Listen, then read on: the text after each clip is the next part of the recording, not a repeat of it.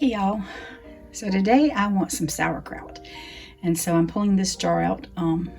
I've washed it, as you can tell, and Randy and I bought this on our last trip when we went to Vermont back in 2019, and I've used it one time, and it's getting time to make some more, so I'm going to bring you along as I make some more sauerkraut. So I like the purple kraut. I also have a green one I could put in a different kind of jars than this one, but I'm going to use my meat mallet because that's all I have, and I'm going to beat this thing down for about 10 minutes to get some of these juices out. So I'm just showing you how I'm doing this, but I'm not going to keep you here with me for 10 minutes because that would be long and boring. So after I beat this down for about 10 minutes, I'll be back. So I've mashed it for 10 minutes. I don't have a lot of juice in mine like some recipes show, but I'm just going to go put my cabbage in here.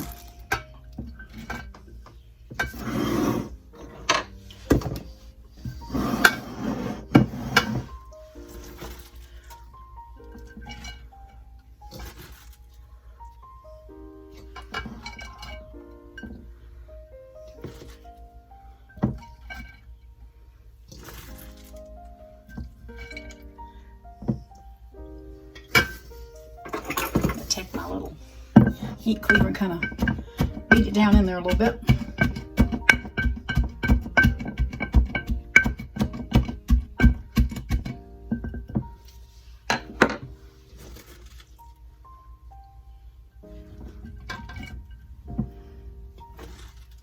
So I grew up eating collard kraut, not cabbage kraut. My mama could make the best. And I have tried all my married life off and on to make collard kraut like she did, but every time it just goes bad. And so one day I'm gonna get the nerve up to try it like this. I haven't tried it like this, but yeah, to me collard kraut tastes so much better, but this here's pretty good too. I like that sour taste of the kraut.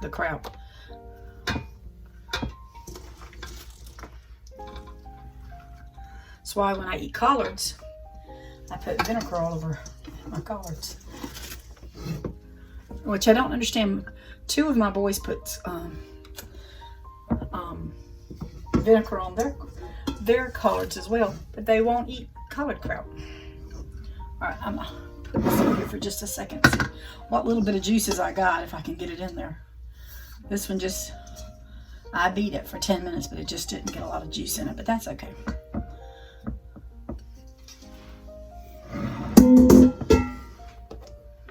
I cleaned my countertops before I even started, so I can put that in there.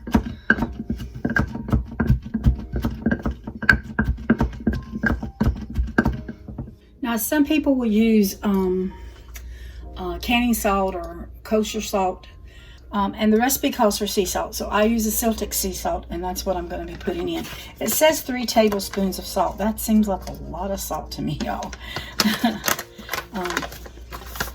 I might not quite like it as salty as they're calling for.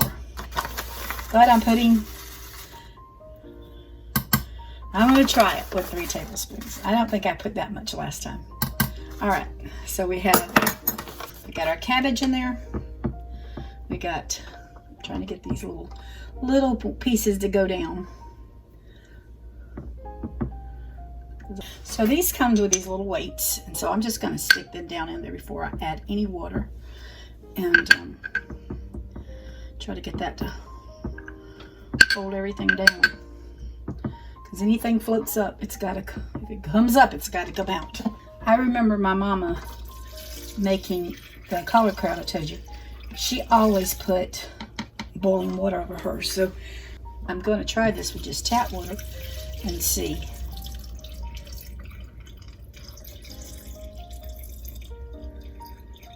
I just kind of want to make sure I come up a little bit above it. And I got that little one right there that's not wanting. Yeah, we got a few that wants to come up. But I'm just going to leave them there right now. Maybe they'll do something.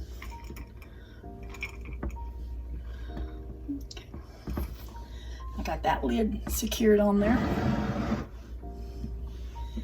And it says 1 to 4 weeks.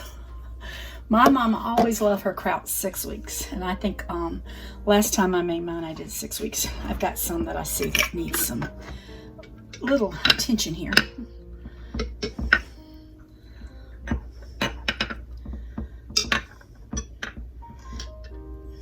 See what I just did? These little tiny pieces is wanting to be aggravating.